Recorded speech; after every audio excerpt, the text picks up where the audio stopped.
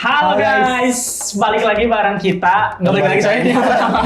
Jadi kita masih pertama dong. Masih pertama episode pertama daripada sesi ini. Nama segmennya juga belum ada, tapi kita langsung aja mulai. Yang pertama kenalin dulu gua G. Gua oke. Nah kali ini kita bakal ngobrol-ngobrol santai tapi bermanfaat. Ya, Semoga aja. Semoga aja bermanfaat. Semoga lebih banyak manfaatnya daripada hal buruknya ya. Iya. Nah, Semoga. kenapa kita bikin sesi ini? Karena ada berita cukup menggetarkan jiwa para thrifter nih. Ya, kebanyakan thrifter langsung menangis mendengar berita ini. Nah, Apa coba beritanya? Ini beritanya berada dari website kompas.com. Terpercaya Terpercaya. Kompas ya. Tidak seperti website-website Tribun. Banyak banget di setiap cabangnya. Tribun provinsi, Masa di daerah ada Tribun juga? kota. Ada, tapi walaupun mereka banyak centang biru semua. Tapi centang semua.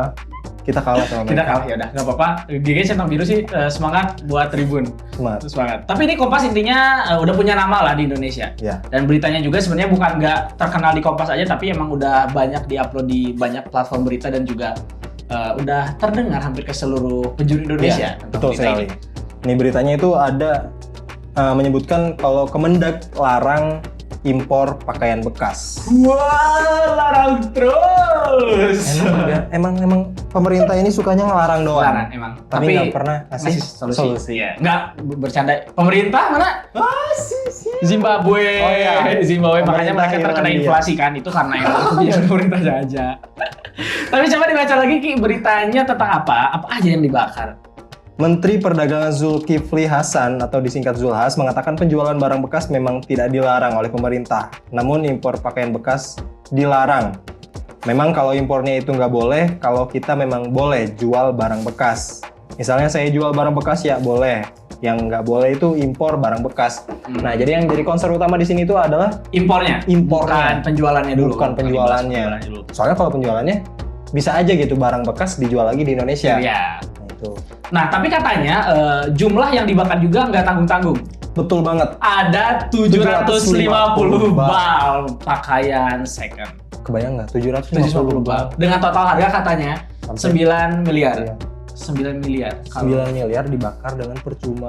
Itu 9 miliar yang ketahuannya aja. Belum lagi kalau di dalamnya ada Balenciaga, ada Gucci. Nilainya lebih dong. dari 9 miliar. Bisa lebih mahal lagi. Harusnya pemerintah ini dong ngebuka bal-balnya dulu satu-satu. Iya, pilih-pilihin dulu. Pilih-pilih dulu yang bagus. Atau udah. Nggak gitu, nggak mungkin dong pemerintah kita kayak Tapi gitu. justru akibat dari kasus ini banyak banget terasa ya ke masyarakat gitu. Iya, kebanyakan. Biasanya kasus-kasus ini tuh mancing gini. Biasanya adanya kasus-kasus ini tuh mancing komen-komen di TikTok atau Instagram tentang daripada dibakar mending disumbangkan kepada yang membutuhkan. Selalu ada komen seperti itu di setiap konten seperti ini.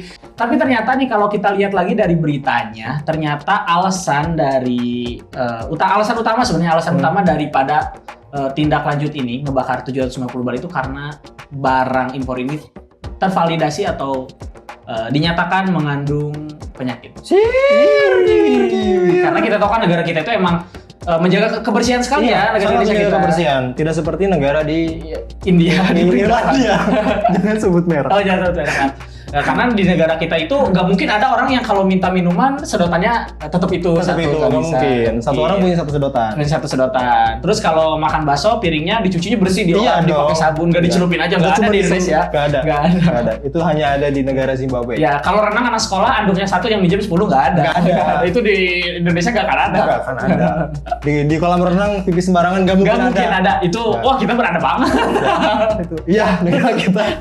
Nggak akan mungkin itu negara orang. Itu negara. Makanya negara kita menjaga banget untuk sterilisasinya ya. Ya betul. Dari segitunya. Sampai vaksin aja kita 4 kali. Oh iya, terus-terusan karena 2 kali masih kurang, nggak Masih balik kurang. modal.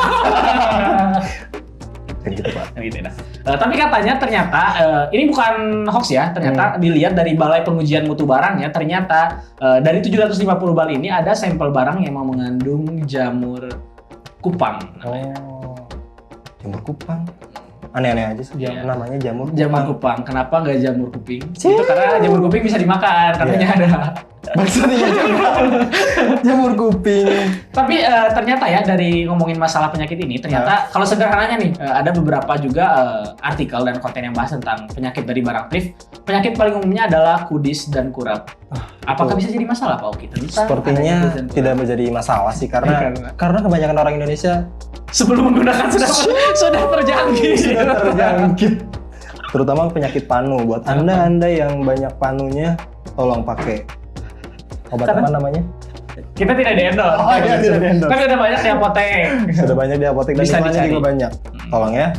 Jadi sebenarnya orang-orang kita itu tidak terlalu menjadi concern gitu kalau misalkan si penyakit ini emang berbahaya bagi kulit. Ya, gitu. sebenarnya orang kita itu jangankan kulit, Jangankan kulit. ngerokok membahayakan paru-paru, Masih tetap aja. beli, Tetap termasuk. dibeli. Emang sebenarnya orang kita tuh suka yang menantang. Oh iya, suka menantang maut. Maut itu teman. Iya, maut itu teman. Maut itu teman. Jangan takut mati itu emang dekat, jangan takut tidak ditemenin. Hidup seperti Baru hari. panu, diancam kanker. Diancam kanker. Diancam. Terus apa lagi? Diancam meninggal. Diancam meninggal. Oh. Mengganggu janin. Janin. Tetap laku. Ini baru panu, kadas, kurap. Ya Itu gitu lah. apaan tuh?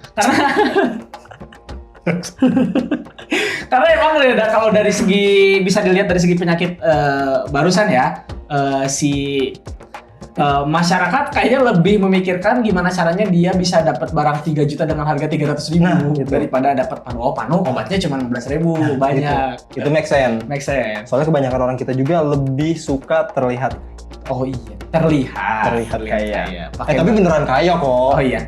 Beneran kaya. Mereka beneran punya mobil kok. Mobil apa? Cuman second. Wow. Gak apa-apa, yang penting punya.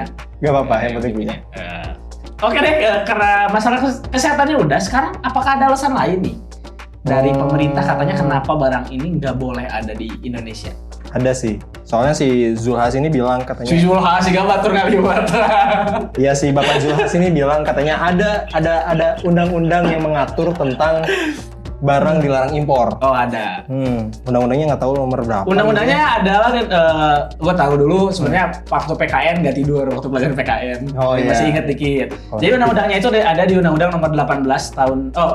Bukan undang-undang. Peraturan Kementerian Perdagangan Nomor 18 tahun 2021 yang menyatakan bahwa ada beberapa barang yang emang dilarang impor, termasuk salah satunya adalah pakaian bekas. Pakaian bekas. Apakah di dalamnya termasuk sepatu? Wah jelas itu sudah termasuk barang yang emang punya bukan, kalau mesin tuh kan masih ada daya gunanya, kalau pakaian tuh nggak ada, makanya nggak boleh. Oh, jadi itu penyebabnya dilarang barang-barang impor masuk ke Indonesia, terutama barang bekas. Terus katanya di berita ini juga kenapa dilarang, karena untuk mensupport Untuk mensupport siapa? produk lokal. Produk lokal. Support produk lokal. Ngomongnya sambil pakai Gucci. Iya.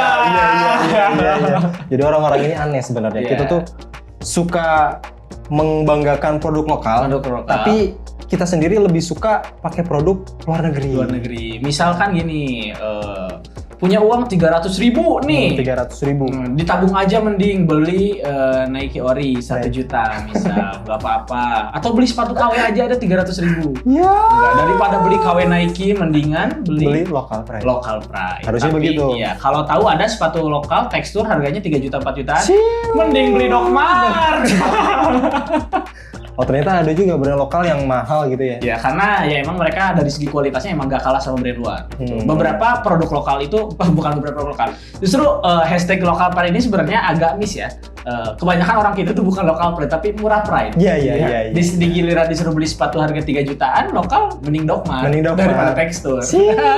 Jadi emang sebenarnya menyesuaikan dengan isi dompet masing-masing. Isi dompet gengsi nomor sekian lah. Gengsi Lupa nomor dulu sekian. yang lain. Ya. Nah, kita balik lagi ke topiknya. Tadi kita udah mana-mana ya kejauhan. Tapi ternyata nih, kalau kita lihat lah tadi dari awal beritanya ada 750 bal. 750 bal gitu. Yang ketahuan. Masih ada 75.000 bal yang nggak ketahuan lagi di sana. Masih banyak. Tapi nggak tahu ya kenapa, maksudnya apakah si pemerintah ini membeli barang ini atau menyita? Oh, menyita. Sebenarnya kalau kita lihat, kayaknya ini emang terciduk aja. Terciduk aja. Atau emang ada ciduk-cidukan. Ya. Karena kata salah satu dari penjual brand Si barang bekas ini. barang bekas ini ada tengkulak dalam negeri dan tengkulak luar negerinya yang mengatur jalannya arus antara pakaian bekas dan jadi ada orang gitu ya di di Indo ada yang sebagai apa? Bangsat namanya teh apa? Ngurusnya. Ada orang yang ngurus tentang ininya dan di luar negeri ada juga. Ada juga yang ngurusnya. Karena katanya orang transaksi daripada si barang bekas ini tuh udah melewati pelabuhan resmi. Ya. Ya, pasti ya. Mungkin. Seperti barang-barang elektronik. Oh iya, emang ada. Gak tahu kata. Tapi katanya emang bukan kata penjualnya aja, tapi menurut bea cukainya juga kenapa barang-barang impor ini tuh masih beredar luas dan susah banget ditindaknya karena sudah kita tahu lah laut Indonesia itu luas banget. Jadi bisa diselundupkan lewat mana aja. Makanya hubungan antara importer dan eksporternya itu emang berhubungan langsung, gak ada hubungannya dengan pajak bla bla bla bla bla bla. Oh iya, itu malah nggak kena pajak sama sekali berarti. Iya, karena emang barangnya diselundupkan. Pantesan murah. Pantesan bisa 300.000 yang 3 Iya. Tapi dari kasus ini gitu ya, maksudnya barang bekas yang impor dari luar negeri ini sebenarnya agak menguntungkan bagi beberapa orang di Indonesia. Banyak sebenarnya. Banyak untungnya. Iya, dimulai dari yang penjual bajunya, peminat bajunya, dan juga yang baju berseragamnya. Kalau katanya, agak lah itu bahaya. tapi emang nyatanya gitu menurut jadi waktu itu kita tuh agak-agak detektif gitu ya. Tim kita tuh datang ke salah satu pasar barang bekas di Kota Bandung. Namanya itu dan ini videonya. Sebenarnya kan yang kita amatin itu sebenarnya ininya kayak fenomenanya aja, kayak akhir-akhir ini kan lagi booming gitu. Jadi kita pengen tahu sampai akarnya ini dari mana. Ya, makanya ini tanya dulu aja. Kalau untuk barang kita ada banyak ya, ini dari Korea, langsung dari Korea, ada yang dari Jepang, Kebanyakan Korea. Kalau dari Korea Jepangnya sendiri, maksudnya emang sengaja diimpor atau emang di sana ada pilah-pilah lagi barang-barang bekas? Di sana pasti ada gudang besar mereka kan, karena di luar negeri itu kan punya limit pemakaian kan. Oh gitu, maksudnya limit pemakaian gimana? Kalau limit pemakaian baju ini untuk di luar sana itu ada. Oh gitu, dalam limit waktunya. Pemakaiannya. Nah itu kalau seandainya nggak dikeluarkan dari lemari gitu, dikasih ke mungkin daerah sana itu ada perdagangan dinas perdagangan di sana. Kalau seandainya itu ketahuan barangnya, lebih besar dendanya dibandingkan dia beli. Gitu ya. Kalau masuk ke jajaran hukum, ini udah blacklist lah jatuhnya kalau masuk ke hukum. Tapi suka ada yang kena gitu. Pastilah. Itu tadi koordinasi tadi. Oh. Makanya kalau masuk ke dinas perdagangan kayaknya ini nggak inilah. Nggak. Paling kalau ke dinas justru kita tanya tahu enggak gitu. Tahu mereka pasti tahu. Cuman pasti mereka bilang itu nggak legal. Itu ilegal. Tanyain mereka pernah concern ngurusin ini enggak gitu. Nggak pernah masuk. Oh gitu. Nggak pernah ada masuk. Sama sekali. Nggak pernah sama. Lebih aparat sih, polisi ya. Itu pun mereka jalan bayar koordinasi udah. Nah itu dia videonya, dan katanya ada salah satu kata yang unik nih. Katanya bukan gak diberatas atau gak digimanain, karena endingnya walaupun ada pengawasan ataupun pengecekan, tetap aja endingnya dengan uang pelicin. Enggak gitu. Komunikasi. Komunikasi. Ada rules yang harus dipatuhinya. Jangan komunikasi yang disebut di sini adalah yang tadi lu bilang gitu, yang di Indonesia ada orang sebagai apanya tadi teh?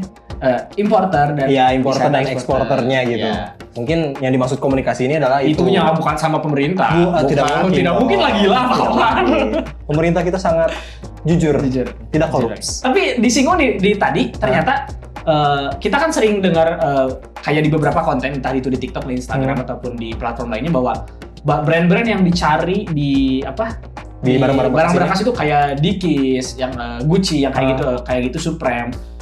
Tapi ternyata kata penjualnya langsung justru barang yang paling banyak itu berasal dari Jepang dan Korea. Kira-kira kenapa ya? Kayaknya gara-gara ini deh. Akhir-akhir ini kan banyak gitu fast fashion yang datangnya dari Jepang dan Korea. Jepang Korea fashionnya emang ngaco banget sih. Iya sih. Terutama yang seminggu ganti. Kok cosplay? Iya sih.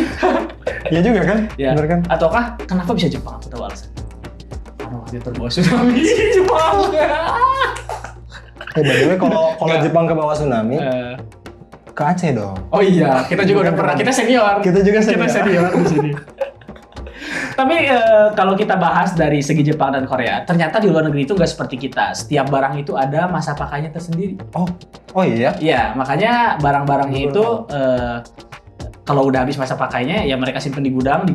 Tapi karena lahannya kecil, negaranya Iya, kecil, tapi menjajah kita. Kok bisa-bisanya negara kecil kayak gitu bisa menjajah negara Indonesia yang selebar Iya, itu gitu ya? Karena kalau tidak salah waktu itu, gue lupa tentang namanya, tapi kalau nggak salah Cambridge University atau nanti koreksi akan ada koreksian di sini.